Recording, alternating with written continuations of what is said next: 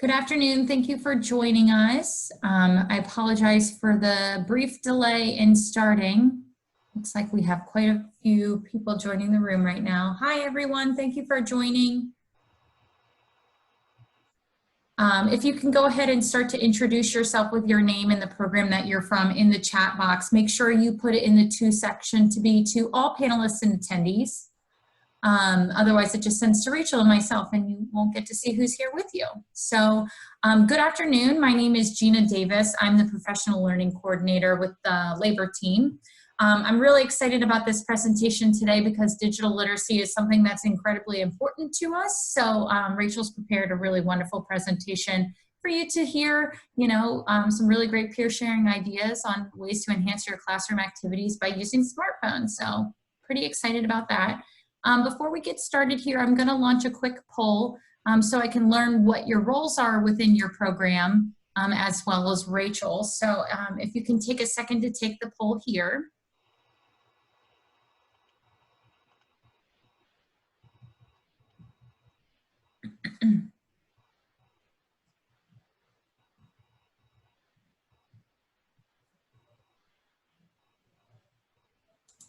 Okay, great. So it looks like we predominantly have ESL instructors, some ABE instructors, and some instructional specialists, as well as others. So the others might be people from my team, but thank you everyone for joining us today. And without further ado, I'm going to pass it over to Rachel. Okay, thank you, Gina. Hi, everyone. Thank you so much for joining. This is the third time I've presented on this using smartphones for classroom activities, and I really enjoy it every time because you'll find soon that these are not like groundbreaking ideas. It's just kind of similar or familiar ideas in ESL converted to using a smartphone. And so I really hope it's useful for you, and I'm really glad that you have joined us today. So I'm Rachel Riggs. I teach family literacy for FCC, which I just started in October. Prior to that, I was teaching for their basic ESL program, which is part of the adult education grant-funded department. So the reason I kind of came up with this idea is because I found, I would take my students to the computer lab for their digital literacy, and we would get started with some kind of activity, checking email, composing email, whatever it may be. And they would have to use their phone maybe to verify their account or something, and they had a difficult time navigating their phone. And so then I was like, well, wait, if we have mini computers in our back pocket, why are we in the computer lab learning how to use desktop computers when we could actually be learning a lot more about how to use the computers that we're carrying around with us every day?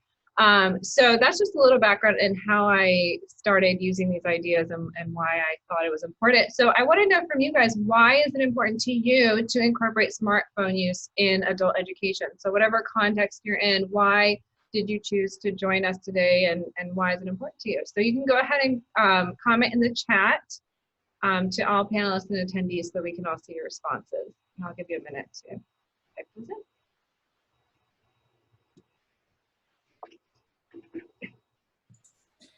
Is anyone having difficulty seeing the whole screen? I have some blockings, but I wanted to see if you can write in the chat box and let me know if it's just me.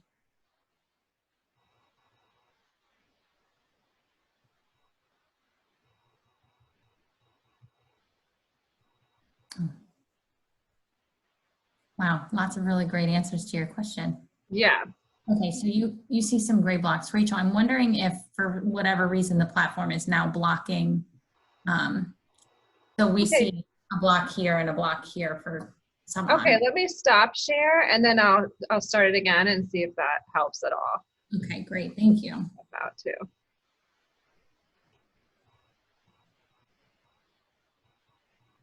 Okay, you guys, I am seeing your responses. Thank you so much, and I'll get to them in just a sec.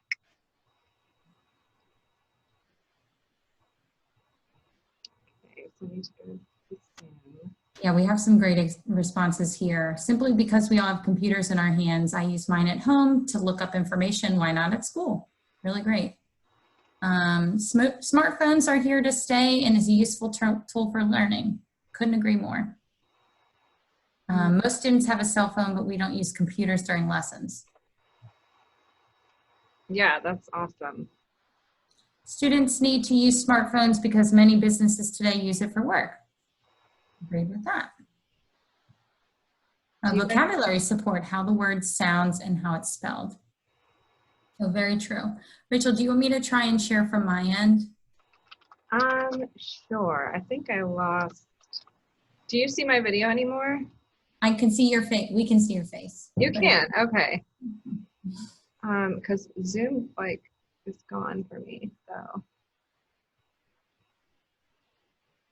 And that's why I can't reshare it. Okay, so let's see here. Always have a backup plan.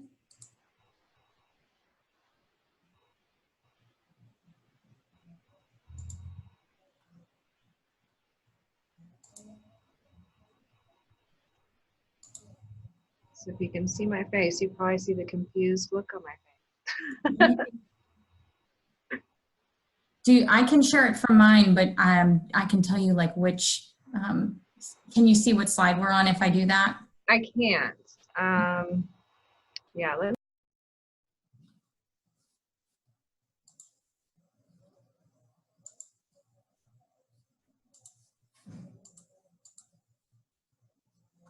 So I apologize, everyone. Oh, looks, you're back again. Okay, I'm sorry, guys. I'm back. And I am going to get this going here, I promise. No worries. We're just getting some more responses here. We don't have a computer lab. Yeah, that would be an issue. Right. A great way to get technology in the classroom, and many students don't have computers. We have no technology in class. My students prefer to use their phones over Chromebooks. I would love to learn more about ways to incorporate them into instruction. Also, the audio is very difficult to hear. Is anybody else having issues with the audio? Can we see that now? Yes, that's way better. Okay. Sorry about that. Okay, you guys, thank you so much for all of your responses. So I heard a lot of all the students have smartphones, and that's something I really want to talk about. And then also, depending on your context, you may not have access to desktop computers or iPads and all of those things. So if you're in that situation, then I'm really glad you're here, because you'll see how you can use smartphones to do digital literacy without going through all the rigmarole of, finding iPads to reserve and things like that. So thank you so much. I'm sorry for the brief difficulty there, but I hope everybody can see this now. Okay, yes, Caroline, cell phones are useful for real life. Hard to find meaning in class. I hope I'm going to help you with that.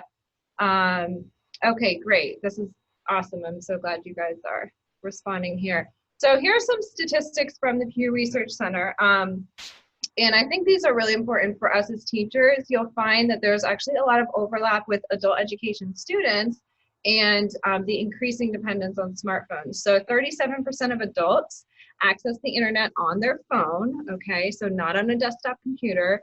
58% of adults ages 18 to 29. So if you're in a community college setting, that's probably sounds like most of your students. Mostly go online using their phone. That has risen from 41% in 2013. 1 in 4 adults do not have broadband, and 45% say that they don't have broadband, or they don't have the internet set up at their home because they have a smartphone where they can access the internet. So what's happening right now is that there's, people are kind of getting away from using desktop computers, especially at home. And they're moving more into just using their smartphone because they can do so many things on them now.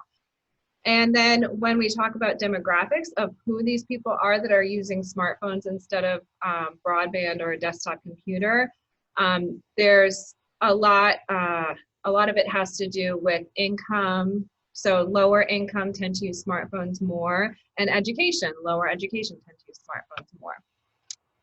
Okay, so that's why we should start including smartphones into our instruction. But I know that it's complicated, and a lot of teachers have hesitancy, and it's understandable. So what I have found from talking to teachers and from just not really talking to, but gauging the responses from my students, is that teachers want anything with technology to be very simple. So they don't want to have to go through all of these extra steps and lose special instruction time with logins and downloads and complications and things like that.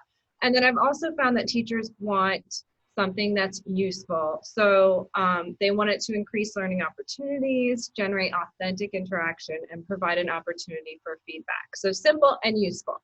And I found that students also want it to be simple. They don't want to leave class with a big headache because they've been staring at a screen trying to figure out their 8-year-old password. Like they also just want it to be kind of simple and painless. And simple also in the sense that when they leave class, they can access the same tools or whatever they were doing in class without without feeling clueless or like, what did we just do? Wow, that was a whirlwind. And then also they want it to be useful, of course, because they're spending their precious time in class, and anything they do, they want to be useful and applicable in their real life, to be helpful with their daily tasks, and to hopefully provide them with more English practice if you're in the ESL context. So for those of you ESL instructors who are joining us today, we're going to do a little game of Never Have I Ever. So actually this will probably apply to some adult education GED instructors as well. So everybody, please put up 5 fingers. I know I can't see your fingers. That's okay. It's for you, not for me. So put up 5 fingers, put 1 down for each of these activities that you have done. So if you have printed a calendar for a class, put a finger down. Any calendar, fake calendar, a real calendar, whatever, you printed a calendar, put a finger down. If you have done a role play with the weather, put a finger down. Now, a role play is where you create kind of a fake situation and the students are having a conversation almost as actors. So if you've done a role play like that where they're talking about the weather, put a finger down.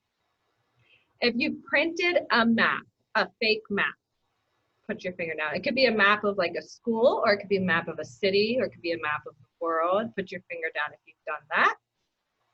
And if you've ever questioned whether students actually practice their English outside of class, put a finger down. So if you've ever thought, are they really talking to neighbors? Are they really talking to friends? Put your finger down. And then finally, if you have used tape recorders to have students record their voice, maybe for pronunciation or something, put your finger down. And if you can just jump in the chat and tell me quickly how many fingers you were left with, I would love to know. 1 from Linda, 0, 2, 1, okay. 0, 0, 3, 2, 2. Okay, so these are all pretty common activities, especially in ESL, right? These should be pretty familiar to you. So what I'm going to show you today is how you can do these activities using a smartphone and without passwords and complications. Okay, so I think, let's see. Someone had a good question up here I want to get to. Oh, sometimes students can't even access the phone in the classroom. Okay, great. So I'm not sure why they wouldn't be able to. Is it a connectivity problem, or is it because they aren't allowed to have their smartphones in the classroom? So if you want to, okay, connectivity problem. Yeah, so these will not require internet either. Yay! I hope you're sold. Oh, spinning hand. Okay. So here's how we're going to make it simple, useful, and empowering with these everyday apps. So watch this and let me see if you guys recognize these apps here. Are these familiar to you? Yes. Okay, good. Okay, good. So these should all look pretty familiar. So I'm going to give you guys 1 minute to very quickly reflect on the activities we just talked about. Look at these app icons here and put into the chat box any ideas that you're just thinking of. Okay, I could use this with this. I could use this with this. Just any ideas. got 1 minute just to think about that quickly.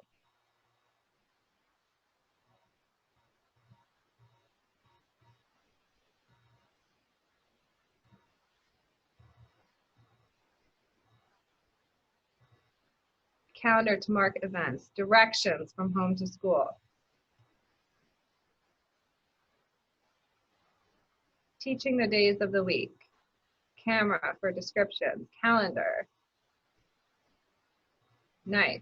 I could teach students how to organize a calendar to mark events. Use calendar for time management. Yes. Video student presentation. Awesome. Communicating weather. There's that weather app. Weather forecast. Use maps for distance and drive time between home and class. That's so practical. That's so authentic. Compare weather in what other places. Excellent. Photograph a meal at home. Yes. And then make a conversation about it or describe it. Ask a person questions in English, weather in your country. Take pictures of important documents and save in a folder. Yes, these are awesome. And so my whole point is these are things that I am not super creative for having come up with these ideas. It's just taking that little moment to think about, okay, I have this activity that I've done a million times. How can I incorporate technology? And these ideas come pretty quickly if you take the minute just to pause and think about how can I incorporate technology? How can I incorporate their smartphones into some of these normal activities that I do in my class? So I'm going to give you some of my ideas that I hope will be useful to you. And then we will have some more time to share. Oh my goodness, sorry. So for the first one, we talked about the calendar app. So I saw a lot of good feedback for the calendar to write assignment due dates, to track events and things like that. That's awesome.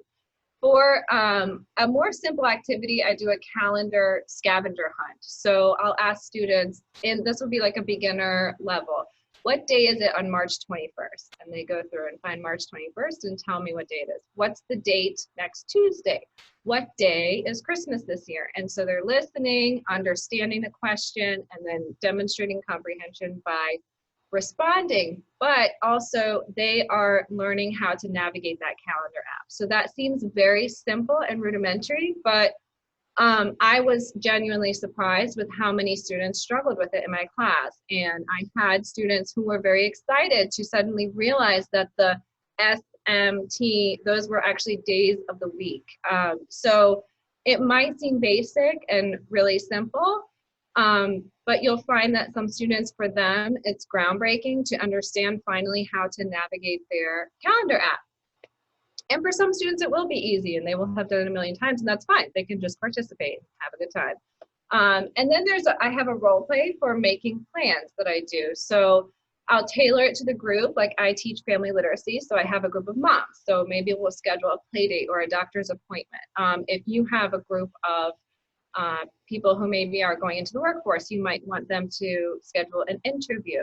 So you can give the students some kind of framework to work with, like you're a mom and you're busy on Tuesdays and Thursdays because you have English class and your child goes to story time at the library on Wednesdays. You can give them those kinds of details and make it more of a structured role play, or not. You can just have them think about their real schedules and schedule something around what they really have going on week to week.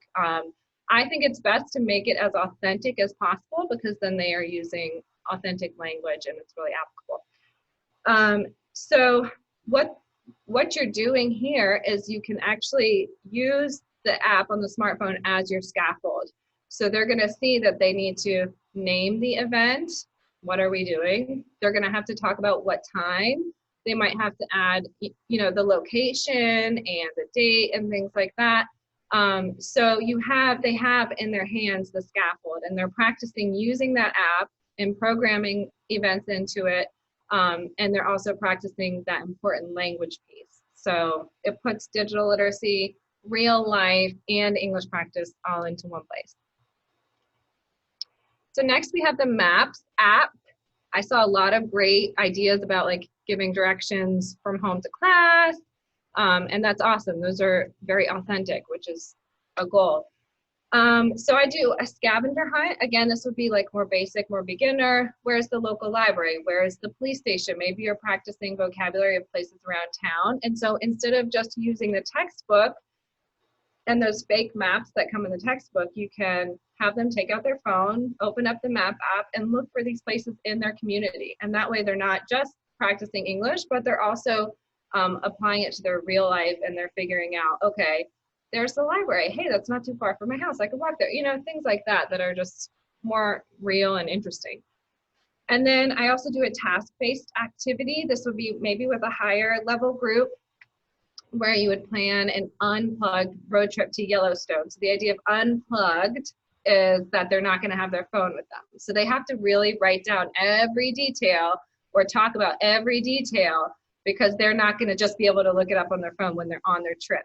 And Yellowstone National Park, because it's across, you know, it's on the other side of the US. So they'll have to really plan a lot. And they'll have to consider, like, how often will you need to stop? What hotels will you stay on the way? Where will you get gas? And so the idea here is they really need to come up with a detailed plan and write it out. And that's a lot of language practice they're getting, because they're not going to have their phones to rely on when they're on their trip. So just another one. Can you explain a little more? What is the target language you're teaching by asking students to schedule a calendar event? I'm not sure how this is teaching English. Okay, Daniel, thank you. So the target language would be questions like, I mean, it's a conversation practice. So questions like, what are you doing on Wednesday? Are you busy on Friday? Are you working on Thursday? Questions like that. I mean, you could restrict it to a certain grammar focus, like using present continuous for making plans, or you can just use it more of a speaking practice. So the target language, it's more of a target communicative purpose, but you could restrict it more and structure it in such a way that they're practicing a certain grammar point or certain vocabulary. Did that answer your question?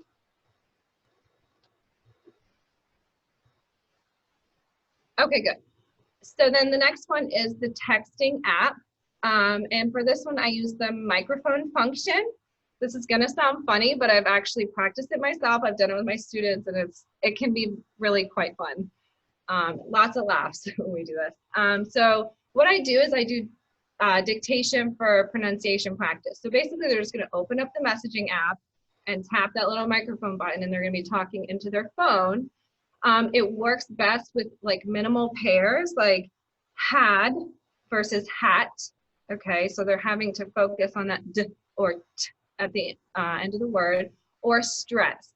So if you say into your phone photographer, it's going to come out different than photographer, right? So stress, it also works really well with helping them to understand the importance of stress in our speaking.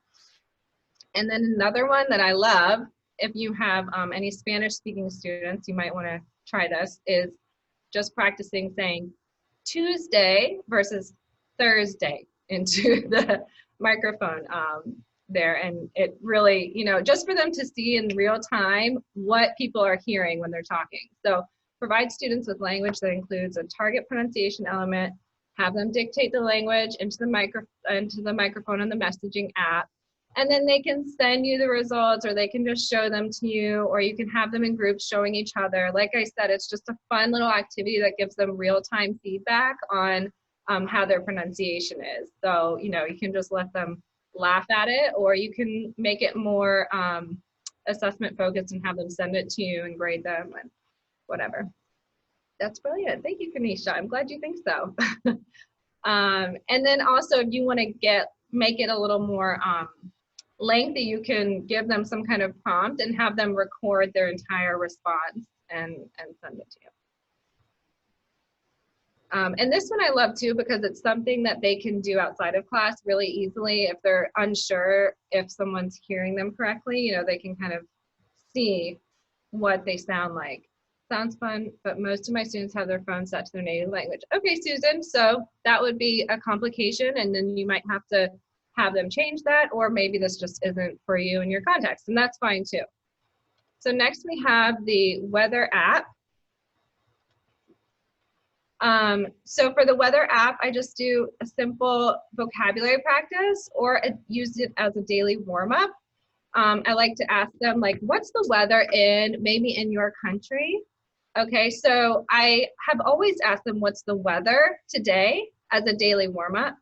And I found it to be kind of restrictive because here in Maryland, we only kind of have certain types of weather during certain class sessions. And so if you can ask them, what's the weather in blank? What's the weather here? What's the weather there? Or what's the low and the high today? It's just a way to kind of expand that practice. And then I also have a task-based activity that I do here, where you have to create a shopping list for a trip to London and Brazil next week. So London and Brazil usually have opposite weather patterns. So they're gonna work with a partner or be searching online and using searching on their phone and using the weather app to see, okay, what's the weather in London next week? What's the weather in Brazil? And these are the things that I'll need. And just generating more language based around weather, but also learning how to navigate that weather app and check weather around the world. And then I have the phone call app. This comes with a lot of disclaimers, so be prepared. But if you have the right context, like I'm in family literacy, all my moms are friends and they all have each other's phone numbers. And so this is not an issue in my class, but it might not be right for your context. So you'll have to think about that. So you could do either a pair research project or partner interviews. So for a research project, you'll have them look into some kind of, topic. It could really be anything. Or to make it a little more simple, you might just give them a list of questions to ask each other and to discuss over the phone. The practice on the phone reduces L2 phone anxiety, which is a very real thing. It's very nerve-wracking to talk in your second language over the phone. And it also provides an opportunity for peer feedback. Sometimes the most useful thing your student can hear is, huh? What did you say? Because it helps them realize, okay, I need to enunciate a little more, or, I need to fix this communicative issue. Disclaimers, you have to provide an alternative for this if you have a really mixed group, because people don't always want to share their phone numbers for security reasons or whatever the reason may be. It's their personal device and you have to respect that. So provide some kind of alternative. Maybe they can do it with you, or maybe the phone call itself, maybe they want to use WhatsApp or something that protects their privacy a little more. Be sensitive to cultural complications, like giving a man a woman's phone number and how that can affect things at home. So just consider that. Be careful about privacy concerns, like I said, and administer the assignment outside of class. So if you give it to them in class, they might start talking about it already, and then it doesn't incorporate the phone call app. So you might want to have a way to send it to them when they're outside of class. This is my favorite one. This is the camera app, and we make video journals. So this is adaptable to any objective for any level. Basically what it is it's a prompt. They go home, they make a video. And I'm going to show you guys some examples, but it's a great way to assess speaking outside of the classroom and give individualized feedback if they make videos using their English. Easy to use, they can be fun, they can have fun and be creative with it. And it's flexible for a busy teaching schedule. So, you don't always have the opportunity to give all the feedback you want to, but I've sat down on the couch and watched these videos with my son. If you're just too busy, it's kind of something you can do here and there throughout the day to get back focused on your students. Be flexible with these, I think, with the length, with the assignment, and with the assessments, because they might all come out differently. And I'm going to get to how they send me the videos. Give me 1 second, Caroline. And then also offer alternatives for camera shy or private people. So maybe they can record their voice. Maybe they don't want to have a camera on them. So think of alternatives for them. These are 2 examples, and I think we're short on time, so I'm not going to play them. But for one assignment, one of my students did an interview with her coworker. So this is her coworker. And the same assignment, but a different student, she used the graphics from the textbook and made a really cool looking video using her English as like a background narration. So they come at the prompts in such different and creative ways. And that's why I love this, because they really enjoy doing it, but it also is just a way for them to use their English in like more of a casual, not so much pressure kind of environment. They can do what they want to do. So Caroline was asking how they send videos. I use Google Classroom. If you don't know how to use that yet, you should go investigate it. It's really user-friendly, and it's a great way if you're going to incorporate smartphones to enable them to just upload videos and things like that. I have some success stories. My favorite one is the nursing mom who practiced English in the dark while she was nursing her baby, which I just thought was so cool because she wouldn't have had an opportunity otherwise to do that. So thank you guys so much. I'm sorry I went a little bit over, but if you have any questions, please feel free to email me and contact me, and I'm happy to explain more or answer any questions. Thank you. Thank you so much, Rachel. That was wonderful. I really, really appreciate all the engagement that everyone had in the chat box. It really makes for a wonderful session. If everyone can take a second, and I just put a hyperlink in the chat box so that everyone can take a feedback form, just so we can get an idea of how today went for you. Caroline asked, can you send lesson plans to us? Caroline, if you want to shoot me an email, I'll get you whatever you need, or Rachel will get you whatever you need through the email that she put on the slide. We really love this opportunity because I think peer sharing is really valuable regardless of which program you guys are at. So thank you so much, Rachel, for sharing. All of the links for participation, proof of participation, recordings, etc., will be available on the website. We have it so that people can submit proof of participation at the end, so you can choose more than one session that you attended. If you have specific questions I'm seeing coming in the chat box here, email us directly because this chat might not make its way back to us. But thank you guys so much. We really appreciate your time. And Rachel, we appreciate you. Have a wonderful, wonderful day. Bye-bye. Thank you, everyone.